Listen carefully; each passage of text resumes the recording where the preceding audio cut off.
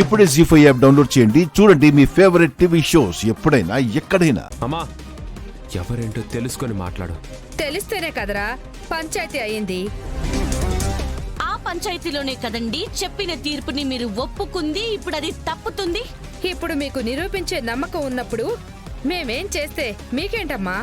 అంటే నేను నిరూపించుకోలేనని మీరు అనుకుంటున్నారా? సరే, ఇప్పుడు నేను నా ఇష్టానికి నేను చేస్తాను.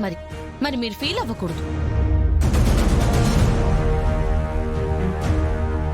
గొడవ పడదామని డిసైడ్ అయ్యే వచ్చినట్టుండారే. ఆ ఉద్దేశమే నాకుంటే ఇప్పటిదాకా ఇలా మాట్లాడను. ఇంత సహనంతోనే ఉండను. రాజ్యం గారు, పంచాయతీలో బెజవాడ బుజ్జమ్మ గారిలా తీర్పు చెప్పిన అక్షర్ని చూడాలనుకుంటే మీకు గొడవే ఉండదు. ఒప్పుకున్న దాని ప్రకారమే వెళ్తే మీకే మంచిది.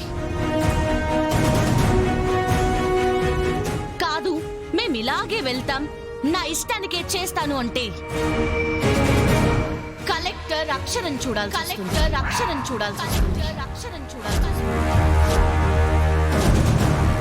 అప్పుడు రూల్స్, సెక్షన్స్, లాస్ అన్నీ వచ్చేస్తాయి.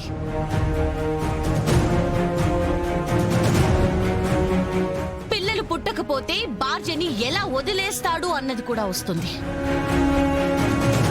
విడాకులు కాకుండా ఇంకో పెళ్లి ప్రయత్నాలు ఎలా చేస్తారు అన్నది కూడా వస్తుంది. నోటీసులు వస్తాయి. కోర్టు చుట్టూ తిరగాల్సి వస్తుంది. కోర్టు మెట్లు ఎక్కాల్సి వస్తుంది. చివరికి కోర్టులో మొట్టికాయలు తీసుకోవాల్సి వస్తుంది. కానీ చివరికి తీర్పు ఇటే వస్తుంది.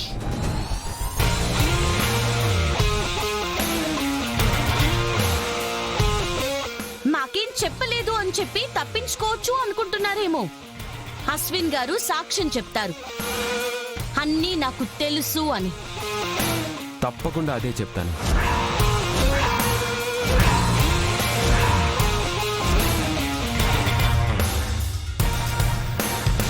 మీరు అపర్ణ నాకు ముందే చెప్పారు. తెలీదని నేను ఎలా చెప్తాను? తెలుసనే చెప్తాను. అప్పుడు జడ్జి గారు ఏం చెప్తారు? కట్టుకున్న భర్తకే అన్నీ తెలిసి చేసుకుంటే మధ్యలో మీకేంటని ఇంకొన్ని అక్షంతలు వేస్తారు. అలా అయినా సరే తీర్పు ఇటే వస్తుంది. కానీ ఇప్పుడు బాల్ మీ కోర్టులోనే ఉంది. తీర్పు చెప్పిన అక్షరగా చూడాలి అనుకుంటే ఒప్పుకున్న ప్రకారమే వెళ్ళిపోండి. కలెక్టర్ అక్షరే కావాలంటే కోరి కష్టాలు తెచ్చుకున్నట్టు అవుతుంది. చెప్పండి రాజ్యం గారు, మీకు ఏ అక్షర కావాలి?